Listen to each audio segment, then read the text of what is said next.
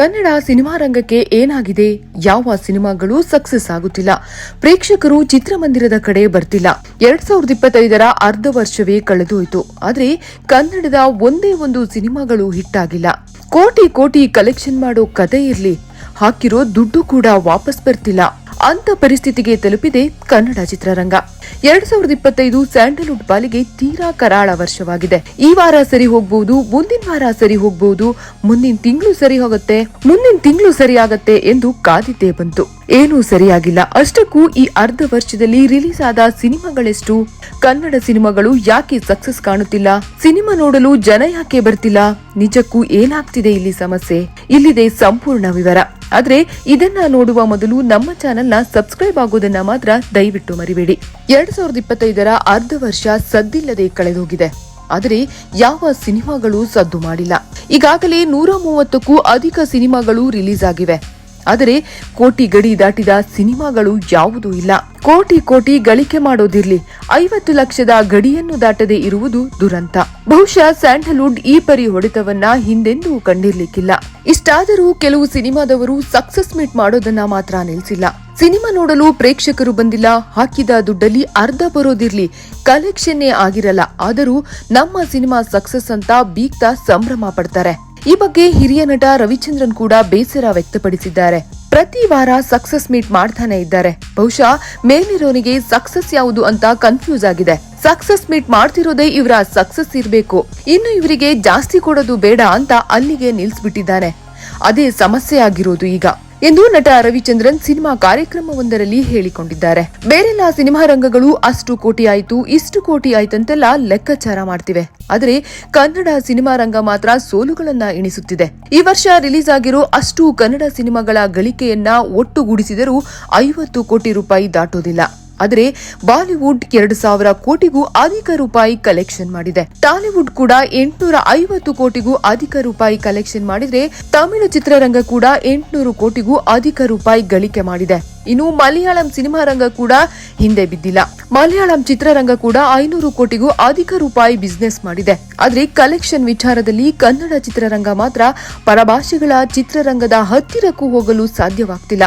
ಸ್ಯಾಂಡಲ್ವುಡ್ನ ಗಳಿಕೆ ಭಾರತೀಯ ಚಿತ್ರರಂಗದಲ್ಲಿಯೇ ಅತಿ ಕಡಿಮೆ ಮಟ್ಟದಲ್ಲಿದೆ ಎಂದು ಹೇಳಿಕೊಳ್ಳಲು ಸಹ ಬೇಸರವಾಗುತ್ತೆ. ಹಾಗಾದರೆ ನಿಜಕ್ಕೂ ಕನ್ನಡ ಸಿನಿಮಾ ರಂಗಕ್ಕೆ ಏನಾಗಿದೆ? ಕನ್ನಡ ಸಿನಿಮಾಗಳು ಯಾಕೆ ಸಕ್ಸಸ್ ಆಗ್ತಿಲ್ಲ? ಈ ಬಗ್ಗೆ ನಿರ್ದೇಶಕರನ್ನೋ ಹೀರೋ ಬಳಿಯೋ ಕೇಳಿದ್ರೆ ಎಲ್ಲರೂ ಹೇಳೋದು ಒಂದೇ: ಪ್ರೇಕ್ಷಕರು ಚಿತ್ರಮಂದಿರಕ್ಕೆ ಬರ್ತಿಲ್ಲ ಅಂತ. ಪ್ರೇಕ್ಷಕರ ಮೇಲೆ ಗೂಬೆ ಕೂರಿಸಿ ಸಿನಿಮಾದವರು ಜಾರಿಕೊಳ್ತಿದ್ದಾರೆ. ಹಾಗಾದ್ರೆ ಈ ಮಾತು ನಿಜಾನಾ? ಎಷ್ಟೇ ಒಳ್ಳೆ ಕನ್ನಡ ಸಿನಿಮಾ ಮಾಡಿದ್ರೂ ಆಡಿಯನ್ಸ್ ಥಿಯೇಟರ್ಗೆ ಬರ್ತಿಲ್ವಾ? ನಿಜಕ್ಕೂ ಪ್ರೇಕ್ಷಕರು ಚಿತ್ರಮಂದಿರಕ್ಕೆ ಬರ್ತಿಲ್ಲ ಎನ್ನುವುದಾದರೆ, ಈ ವರ್ಷ ಪರಭಾಷೆಯ ಹಲವು ದೊಡ್ಡ ದೊಡ್ಡ ಸಿನಿಮಾಗಳು ಕರ್ನಾಟಕದಲ್ಲೂ ರಿಲೀಸ್ ಆಗಿ ಕೋಟಿಗಟ್ಟಲೆ ಹಣವನ್ನ ಬಾಚಿಕೊಂಡು ಹೋಗಿವೆ. ಹಾಗಾದರೆ ಆ ಸಿನಿಮಾಗಳನ್ನ ನೋಡಿದವರು ಯಾರು? ತೆಲುಗು ನಟ ವಿಕ್ಟರ್ ವೆಂಕಟೇಶ್ ಅಭಿನಯದ ಸಂಕ್ರಾಂತಿ ಕಿ ವಸ್ತುನಾಮು ಸಿನಿಮಾ ಕರ್ನಾಟಕದಲ್ಲಿ 15 ಕೋಟಿ ರೂಪಾಯಿಗೂ ಅಧಿಕ ಕಲೆಕ್ಷನ್ ಮಾಡಿದೆ. ತೆಲುಗು ಸ್ಟಾರ್ ನಾನಿ ನಟನೆಯ ಹಿಟ್ 3 ಚಿತ್ರ ಕೂಡ ಕರ್ನಾಟಕದಲ್ಲಿ 12 ಕೋಟಿಗೂ ಅಧಿಕ ಕಲೆಕ್ಷನ್ ಮಾಡಿದೆ. ತೆಲುಗಿನಲ್ಲಿ ಸಾಧಾರಣ ರಿಪೋರ್ಟ್ ಪಡೆದಿದ್ದ ಈ ಸಿನಿಮಾ ಕರ್ನಾಟಕದಲ್ಲಿ ಉತ್ತಮ ಕಲೆಕ್ಷನ್ ಮಾಡಿಕೊಂಡಿದೆ. ವಿಪರ್ಯಾಸವೆಂದರೆ ಮೊದಲ ಶೋನಲ್ಲೇ ಫ್ಲಾಪ್ ರಿಪೋರ್ಟ್ ಪಡೆದುಕೊಂಡಿದ್ದ ರಾಮ್ ಚರಣ್ ನಟನೆಯ ಗೇಮ್ ಚೇಂಜರ್ ಸಿನಿಮಾ ಕೂಡ ಕರ್ನಾಟಕದಲ್ಲಿ 10 ಕೋಟಿ ರೂಪಾಯಿಗೂ ಅಧಿಕ ಕಲೆಕ್ಷನ್ ಮಾಡಿದೆ. ಕಲೆಕ್ಷನ್ ವಿಚಾರದಲ್ಲಿ ಮಲಯಾಳಂ ಸಿನಿಮಾಗಳು ಸಹ ಕರ್ನಾಟಕದಲ್ಲಿ ಕೋಟಿ ಕೋಟಿ ಬಾಚಿಕೊಂಡು ಹೋಗುತ್ತಿವೆ. ಪ್ರೇಕ್ಷಕರು ಥಿಯೇಟರಿಗೆ ಬರ್ತಿಲ್ಲ ಎಂದ ಮೇಲೆ ಪರಭಾಷೆಯ ಈ ಸಿನಿಮಾಗಳನ್ನ ಇಷ್ಟು ದೊಡ್ಡ ಪ್ರಮಾಣದಲ್ಲಿ ನೋಡಿದವರಾದ್ರೂ ಯಾರು? ಅದೇ ಪ್ರೇಕ್ಷಕರು ತಾನೆ. ಪರಭಾಷೆಯ ಸಿನಿಮಾಗಳನ್ನ ನಂಬುವ ನಮ್ಮ ಜನ ನಮ್ಮ ನೆಲದ ಸಿನಿಮಾಗಳನ್ನ ನಂಬಲ್ವಾ?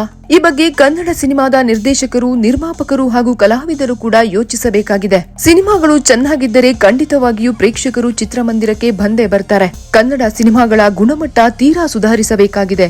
ಪ್ರೇಕ್ಷಕರು ಸಿನಿಮಾ ನೋಡ್ತಿಲ್ಲ ಎಂದರೆ ನಮ್ಮಲ್ಲೇ ಏನೋ ಸಮಸ್ಯೆ ಆಗ್ತಿದೆ ಎನ್ನುವುದನ್ನ ಮೊದಲು ಸಿನಿಮಾದವರು ಅರಿತುಕೊಳ್ಳಬೇಕಾಗಿದೆ. ಬಹುತೇಕ ಹೊಸಬರ ಸಿನಿಮಾಗಳಂತೂ ಹೋದ ಪುಟ್ಟ ಬಂದ ಪುಟ್ಟ ಅಂತ ಆಗಿದೆ. ಯಾವುದೇ ಪೂರ್ವ ಸಿದ್ಧತೆ ಮಾಡಿಕೊಳ್ಳದೆ, ಮಾರ್ಕೆಟಿಂಗ್ ಕೂಡ ಮಾಡದೆ, ತನ್ನ ಸಿನಿಮಾ ಬರ್ತಿದೆ ಎನ್ನುವ ಬಗ್ಗೆ ಪ್ರೇಕ್ಷಕರಿಗೆ ಹೇಳದೆ ಹಾಗೆ ಬಂದು ಹೀಗೆ ಹೋಗುತ್ತಿವೆ. ಕನ್ನಡ ಸಿನಿಮಾ ರಂಗ ಈ ಪರಿ ಮಣ್ಣು ಮುಕ್ಕಲು ಕಾರಣವಾಗಿದ್ದು ಪ್ಯಾನ್ ಇಂಡಿಯಾ ಎಂಬ ಭ್ರಮೆಯ ಹಿಂದೆ ಓಡುತ್ತಿರುವುದು. ಹೌದು, ಪ್ಯಾನ್ ಇಂಡಿಯಾ ಎಂಬ ಭ್ರಮೆ ಕನ್ನಡ ಚಿತ್ರರಂಗಕ್ಕೆ ದೊಡ್ಡ ಶಾಪವಾಗಿದೆ. ಸಣ್ಣ ಬಜೆಟ್ನ ಸಿನಿಮಾಗಳ ಬಗ್ಗೆ, ನಮ್ಮ ನೆಲದ ಕಥೆಗಳ ಬಗ್ಗೆ ಯಾರಿಗೂ ಆಸಕ್ತಿ ಇಲ್ಲ. 3-4 ತಿಂಗಳಿಗೆ ತಯಾರಾಗಿ ರಿಲೀಸ್ ಆಗುತ್ತಿದ್ದ ಚಿಕ್ಕ ಚಿಕ್ಕ ಸಿನಿಮಾಗಳೇ ಹಿಟ್ ಆಗುತ್ತಿದ್ದವು. ಆದ್ರೀಗ ವರ್ಷಾನುಗಟ್ಟಲೆ ಮೇಕಿಂಗ್ ನಲ್ಲೇ ಮುಳುಗಿದ್ರೂ ಸಿನಿಮಾಗಳು ಸಕ್ಸಸ್ ಕಾಣುತ್ತಿಲ್ಲ. ಕನ್ನಡ ಸಿನಿಮಾ ಮಾರ್ಕೆಟ್ ತುಂಬಾ ಚಿಕ್ಕದು ಅಂತ ಬೇರೆ ಭಾಷೆಯವರು ಹೇಳುವುದಕ್ಕಿಂತ ಹೆಚ್ಚಾಗಿ ನಮ್ಮ ಸಿನಿಮಾದವರೇ ಹೇಳಿಕೊಂಡು ಓಡಾಡ್ತಿದ್ದಾರೆ. ಮಾರ್ಕೆಟ್ ಚಿಕ್ಕದಾಗಲು ಹೇಗೆ ಸಾಧ್ಯ? ಕಾಂತಾರ, ಕೆಜಿಎಫ್ ಅಂತ ಸಾವಿರಾರು ಕೋಟಿ ಕಲೆಕ್ಷನ್ ಮಾಡಿ ತೋರಿಸಿದ ಸಿನಿಮಾ ರಂಗವಿದು. ಉತ್ತಮ ಸಿನಿಮಾಗಳು ಬಂದರೆ ಮಾರುಕಟ್ಟೆ ತಾನಾಗಿಯೇ ವಿಸ್ತಾರವಾಗುತ್ತದೆ. ಮತ್ತೊಂದೆಡೆ ದೊಡ್ಡ ದೊಡ್ಡ ಸ್ಟಾರ್ಸ್ ಎನಿಸಿಕೊಂಡವರು ಸಿನಿಮಾವನ್ನೇ ಮಾಡ್ತಿಲ್ಲ. ಪರಭಾಷೆಯ ಸಿನಿಮಾಗಳ ಜೊತೆ ಪೈಪೋಟಿ ಮಾಡಲು ಸಾಧ್ಯವಾಗದೆ ಯಾವ ಸಿನಿಮಾ ಮಾಡಬೇಕು, ಹೇಗ್ ಮಾಡಬೇಕು ಎನ್ನುವ ಆಲೋಚನೆಯಲ್ಲಿಯೇ ಮುಳುಗಿ ಕುಳಿತು ಬಿಟ್ಟಿದ್ದಾರೆ. ಸಿನಿಮಾ ಮಾಡುವ ಧೈರ್ಯವನ್ನೇ ಮಾಡ್ತಿಲ್ಲ. 2 ವರ್ಷಕ್ಕೆ 3 ವರ್ಷಕ್ಕೆ ಸ್ಟಾರ್ ನಟರ ಸಿನಿಮಾಗಳು ಬರ್ತಿವೆ. ಆ ಒಂದು ಸಿನಿಮಾಗಾಗಿಯೇ ಪ್ರೇಕ್ಷಕರು ವರ್ಷ ಪೂರ್ತಿ ಕಾಯುವಂತಾಗಿದೆ. ಒಂದು ದೊಡ್ಡ ಸಿನಿಮಾ ಸಕ್ಸಸ್ ಆದ ಮಾತ್ರಕ್ಕೆ ಸಿನಿಮಾ ರಂಗದ ಸ್ಥಿತಿ ಬದಲಾಗಲ್ಲ. ಚಿಕ್ಕ ಚಿಕ್ಕ ಸಿನಿಮಾಗಳು ಸಕ್ಸಸ್ ಆಗಬೇಕು.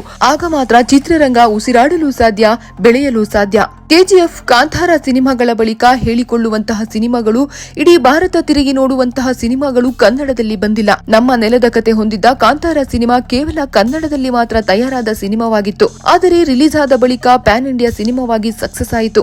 ಸಿನಿಮಾಗಳು ಪ್ಯಾನ್ ಇಂಡಿಯಾ ಆಗಬೇಕೇ ಹೊರತು ಪ್ಯಾನ್ ಇಂಡಿಯಾ ಸಿನಿಮಾ ಮಾಡುತ್ತೇವೆ ಅಂತ ಕೈ ಸುಟ್ಟುಕೊಳ್ಳುವಂತಾಗಬಾರದು. ಸ್ಟಾರ್ ಹೀರೋಗಳು ಸಿನಿಮಾ ಮಾಡದೆ ಇನ್ನು ಯೋಚನೆಯಲ್ಲೇ ಮುಳುಗಿ ಕುಳಿತಿದ್ರೆ ಪರಭಾಷೆಯ ದೊಡ್ಡ ದೊಡ್ಡ ಪ್ಯಾನ್ ಇಂಡಿಯಾ ಸಿನಿಮಾಗಳು ಕರ್ನಾಟಕದಲ್ಲಿ ತಮ್ಮ ಮಾರ್ಕೆಟ್ ಬೆಳೆಸಿಕೊಂಡು ಕೋಟಿ ಕೋಟಿ ಬಾಚಿಕೊಂಡು ಹೋಗುವುದರಲ್ಲಿ ಯಾವುದೇ ಅನುಮಾನವಿಲ್ಲ. ಈ ವರ್ಷದಲ್ಲಿ ಈಗಾಗಲೇ 6 ತಿಂಗಳು ಕಳೆದೋಗಿದೆ. ಅಂದ್ರೆ ಅರ್ಧ ವರ್ಷವೇ ಹೋಗಿದೆ. ಈ ಅರ್ಧ ವರ್ಷದಲ್ಲಿ ಯಾವ ಕನ್ನಡದ ಸಿನಿಮಾಗಳು ಸಹ ಕಮಾಲ್ ಮಾಡಿಲ್ಲ. ಇನ್ನುಳಿದ 6 ತಿಂಗಳ ಮೇಲೆ ಮತ್ತದೇ ನಿರೀಕ್ಷೆ ಇಟ್ಟುಕೊಳ್ಳಲಾಗಿದೆ. ಆದರೆ ಸ್ಟಾರ್ ನಟರ ಸಿನಿಮಾಗಳು ಮಾತ್ರವಲ್ಲದೆ ಚಿಕ್ಕ ಚಿಕ್ಕ ಸಿನಿಮಾಗಳು ಸಕ್ಸಸ್ ಕಂಡರೆ ಕನ್ನಡ ಸಿನಿಮಾ ರಂಗ ಸ್ವಲ್ಪವಾದರೂ ಉಸಿರಾಡುತ್ತೆ. ಹೀಗೆ ಆದರೆ ಕನ್ನಡ ಚಿತ್ರರಂಗದ ಸ್ಥಿತಿ ಇನ್ನೆಲ್ಲಿಗೆ ಹೋಗಿ ಮುಟ್ಟುತ್ತೋ ನಿಜಕ್ಕೂ ಗೊತ್ತಿಲ್ಲ.